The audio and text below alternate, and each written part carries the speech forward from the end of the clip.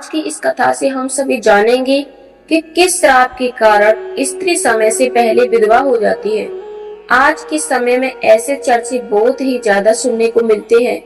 हम सभी ये भी जानेंगे कि ऐसी कौन से कार्य हैं जो एक पतिव्रता स्त्री को अपने पूरे जीवन में कभी नहीं करने चाहिए, जिसकी वजह से स्त्रियां समय से पहले ही विधवा हो जाती हैं।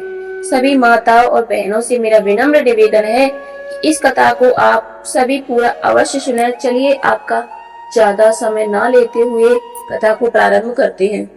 मित्रों, एक बार की बात है, भगवान श्री कृष्ण मथुरा नगरी के एक छोटे से जंगल में शांत वातावरण में अपनी गौ माता के साथ विश्राम कर रहे थे। तभी वहां पर देवी राधा जी आई।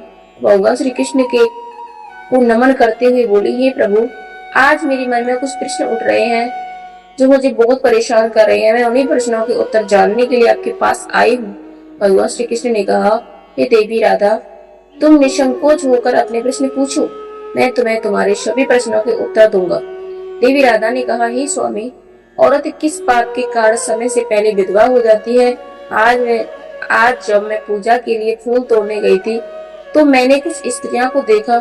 वे सभी एक ही उम्र की थीं, परंतु उनमें से एक औरत विधवा हो चुकी थी और बहुत दुखी जीवन व्यतीत कर रही थी, जबकि बाकी औरतें अपने पतियों के साथ सुखपूर्वक जीवन जी रही थी। यह देखकर मेरे मन में यह प्रश्न उठा, कृपया मेरी जिज्ञासा शांत करें। भगवान श्री कृष्ण ने कहा, हे राधे, तुम्हारे प्रश्नों का उत्तर तुम्हें एक कथा सुना कर देता हूँ। इस कथा को ध्यान पूर्वक सुनो, क्योंकि अधूरी कथा सुनने से अधूरा ज्ञान मिलता है जो जीवन में कभी काम नहीं आता। यदि तुमने इस पावन कथा को ध्यान से सुना तो तुम्हारे जीवन सभी प्रश्नों के उत्तर मिल जाएंगे। देवी राधा ने कहा, हे स्वामी, मैं वचन देती हूँ कि इस कथा को पूरा सुनूंगी और संसार की सभी स्त्रियों तक इसे पहुँचाऊंगी। भगवान श्री कृष्ण ने कथा शुरू की। हे राधे, एक समय की बात है, राजा भीमराज की दरबार में एक नौकर काम करता था। उसकी पत्नी अत्यंत पतिव्रता और चरित्रवान थी। नौकर को अपनी पत्नी पर पूरा विश्वास था और वह हमेशा उसके गुणों का बखान किया करता था। धीरे धीरे यह बात पूरे नगर में फैल गई और राजा के कानों तक भी पहुंची।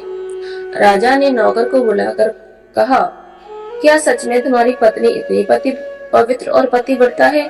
नौकर ने हाँ में उत्तर दिया। तभी राजा के एक मंत्री ने कहा, महाराज, मैं इस नौकर की पत्नी का पतिव्रता धर्म भंग कर सकता हूँ। नौकर ने कहा, यदि आप ऐसा कर दिखाएंगे तो मैं फांसी की सजा स्वीकार करूंगा, लेकिन यदि आप नकार रहे तो आपको फांसी की सजा मिलेगी। राजा ने इस शर्त को मंजूर कर दिया।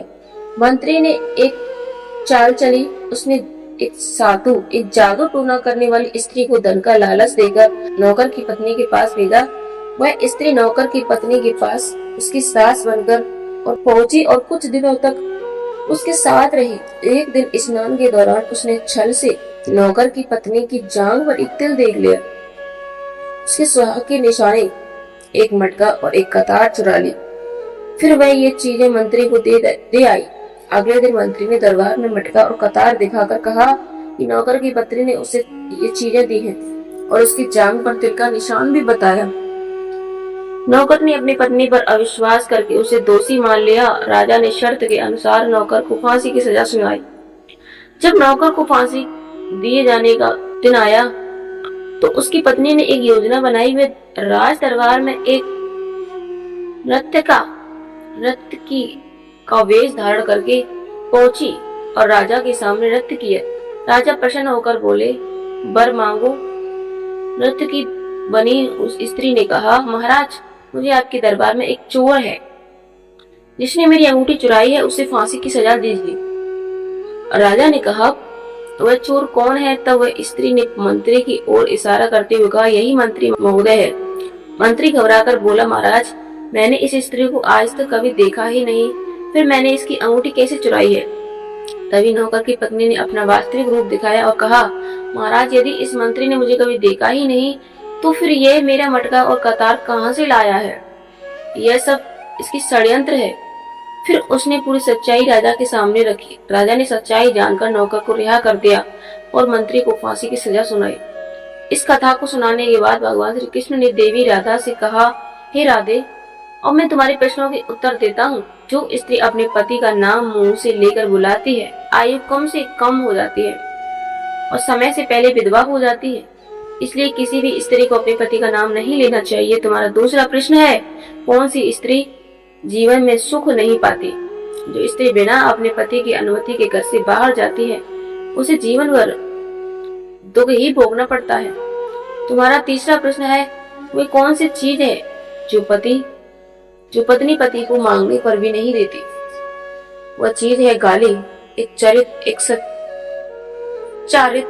सच्चरित्र और पतिव्रता स्त्री कभी भी अपने पति को गाली नहीं देती। जो स्त्री ऐसा करती है वह आंसू फल भोगती है, उसका सुहाग खंडित होता है।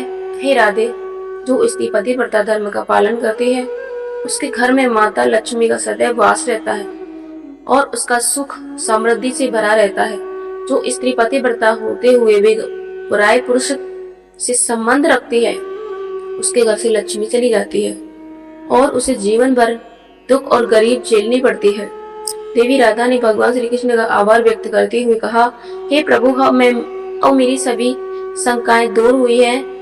मैं इस कथा को संसार के सभी स्त्रियों तक पहुंचाऊंगी। भगवान श्री कृष्ण ने आश्रय देते हुए कहा, हे राधे, ऐसा ही होगा। मित्रों, यदि आपको यह कथा पसंद आई हो तो कमेंट में आप जय श्री कृष्ण अवश्य लिखें। वीडियो को लाइक करें, चैनल को सब्सक्राइब करें और बेल आइकन दबाएं। कमेंट बॉक्स में जय लक्ष्मी माँ लिखकर कमेंट करें। आप सभी का धन्यवाद। जय माता लक्ष्मी।